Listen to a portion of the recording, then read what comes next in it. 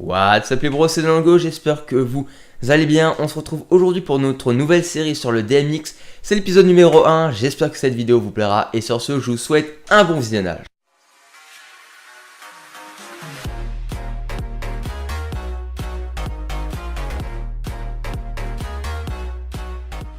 Aujourd'hui dans cet épisode numéro 1, nous allons voir qu'est-ce que le DMX, le terme technique, quel câble utiliser pour utiliser ces différents appareils en DMX, comment les relier tous ensemble et les adresser, et enfin comment les contrôler grâce à son pupitre DMX. Aujourd'hui on ne voit pas en profondeur le pupitre DMX, ce sera pour l'épisode numéro 2, mais imaginons que vous commandez des projecteurs, une lyric, je ne sais quoi d'autre avec un pupitre DMX.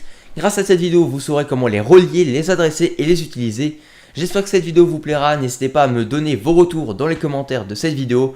J'espère quand même que cette vidéo vous plaira et sur ce je vous souhaite un bon visionnage. Donc déjà, qu'est-ce que le DMX? On entend parler partout, mais qu'est-ce que ça veut dire? Le DMX, ce sont les initiales de Digital Multiplexing.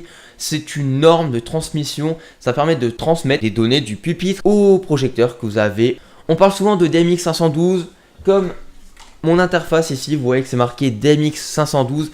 Donc pourquoi 512? Le DMX comprend 512 canaux. Qu'est-ce qu'un canal? Un canal, ça va être une option de votre appareil. C'est-à-dire que pour une parallèle, par exemple, les 3 premiers canaux, ce seront pour les couleurs. Pour une lyre, on aura 2 canaux pour la faire bouger, le pan et le tilt. Donc, dans un canal, on retrouve des niveaux qui vont de 0 à 255. Donc, ça permet en fait d'être plus précis. Dans un canal, on peut avoir différents niveaux. Comme par exemple le strobe, plus on monte ou en valeur, donc plus on est proche du 255, plus le strobe va flasher, si on peut parler comme ça, va flasher vite. Et plus le niveau sera bas, plus le strobe sera ralenti, on va dire, il flashera moins vite. J'espère quand même que vous m'aurez compris. Si ça n'a pas été clair, je vous mets le lien de Sonovant parce que c'est leur définition en fait que j'ai tenté d'expliquer dans cette vidéo. Je vous remets le lien de cette source en description. Après vous avoir expliqué qu'est-ce qu'était le DMX, nous allons voir comment relier différents projecteurs entre eux. Ici nous retrouverons 2 parallèles ainsi qu'une lyre à gauche que vous verrez juste après. Alors déjà le câble DMX se divise en 2 parties. Nous avons le câble DMX 3 broches comme ici et le câble DMX 5 broches que je n'ai pas. Alors j'ai du câble DMX 3 broches puisque mes parallèles, ma lyre, mon pupitre DMX ainsi que mon interface DMX sont en 3 broches comme vous pouvez le voir.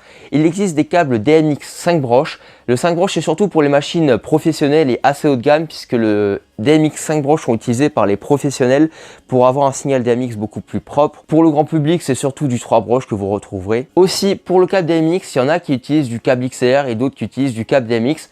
Personnellement, j'utilise les deux. Donc ici, nous retrouvons un câble DMX. C'est la même chose que du XLR.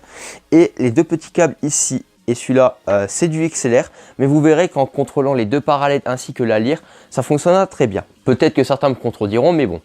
Alors du coup, le XLR mâle, donc avec des dents, avec des pics, c'est pour les sorties en DMX.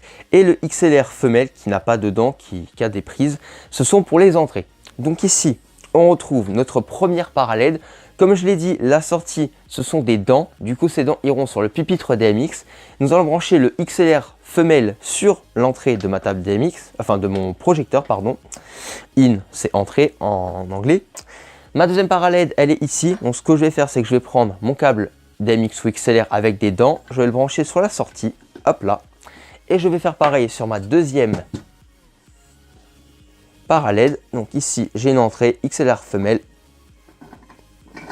Et voilà. Faites juste à ne pas forcer pour pas casser les pics parce que là, ça va rentrer. Mais si je le mets dans l'autre sens, ça risque d'endommager les pics et de les plier tout simplement et de les casser. Ici, nous retrouvons ma lyre. Du coup, on retrouve une sortie et une entrée. Donc ici, j'ai ma sortie. Donc on va prendre du DMX avec des picots. Voilà, c'est branché, voilà. Et ici, j'ai mon XLR femelle pour aller sur l'entrée de ma table, enfin de ma lyre. Voilà. Tous les appareils sont branchés entre eux. Donc voilà, tous les appareils sont branchés entre eux. Il n'y a plus qu'à relier ça au pupitre DMX. Donc mon pupitre DMX ici, c'est le Eira Ozo 240B MK2. Comme je disais, la sortie, ce sont avec des dents. Les dents sont ici, donc je vais le brancher sur la sortie de mon pupitre DMX. Et voilà, tout ce joli monde est prêt à être contrôlé en DMX. Petit souci, comment dire que si sur le bouton numéro 1, je veux contrôler cette parallèle, sur le bouton numéro 2, je veux contrôler cette deuxième parallèle, et sur le bouton numéro 3, je veux contrôler cette lyre. À ce moment-là, on va se fier à notre manuel d'utilisation de son pupitre DMX. Donc voilà, manuel d'utilisation du Eira Ozo 240B MK2.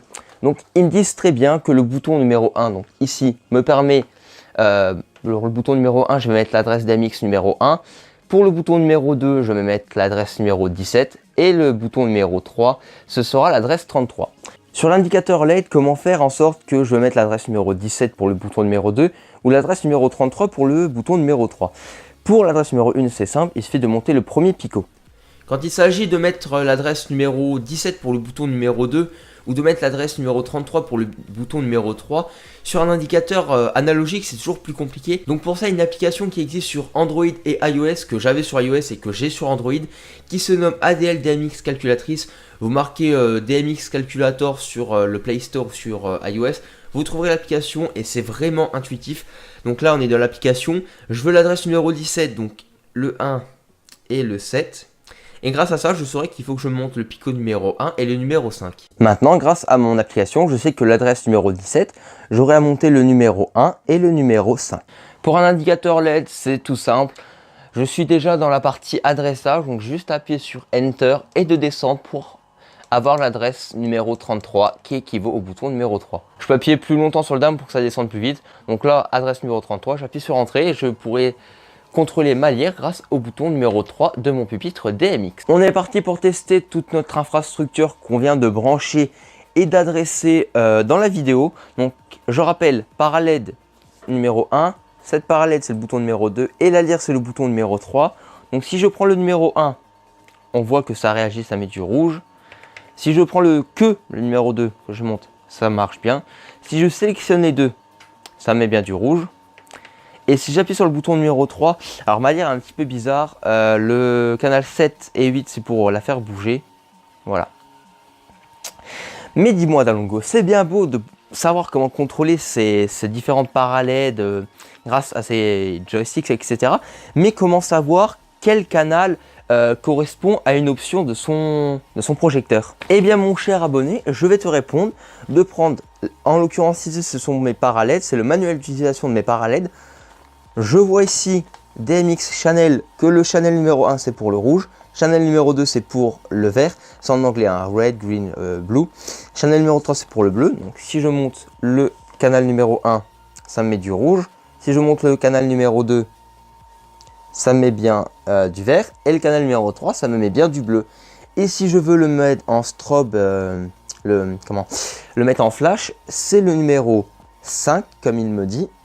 Canal numéro 5, donc je vais monter mon canal numéro 5, je vais mettre du rouge et je vois bien que ça clignote.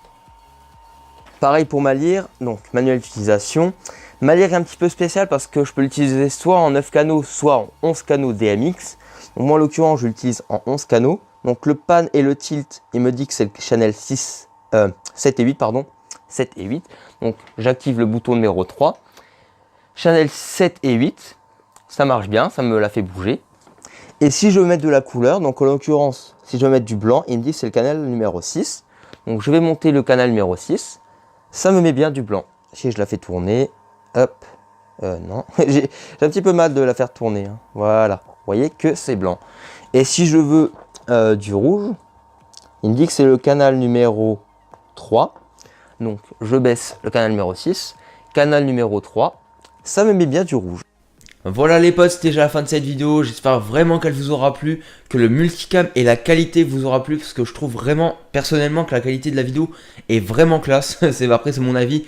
N'hésitez pas à donner votre avis dans la case commentaire de cette vidéo, alors j'ai la voix un petit peu cassée, veuillez m'en excuser. En tout cas, j'espère vraiment que l'épisode numéro 1 de la série, le DMX, vous aura plu, n'hésitez pas à le like, le commenter et le partager. N'hésitez pas à me suggérer ce que vous voulez voir dans l'épisode numéro 2.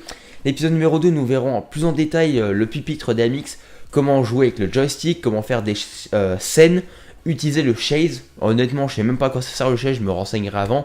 L'épisode numéro 3 qui sera dédié à l'interface DMX n'arrivera pas tout de suite parce qu'il faut que je fasse une vidéo hors sujet. J'en reparlerai plus tard. En tout cas, j'espère quand même que cette vidéo vous aura plu. C'était Dalongo, gars de la forme. Ciao tout le monde.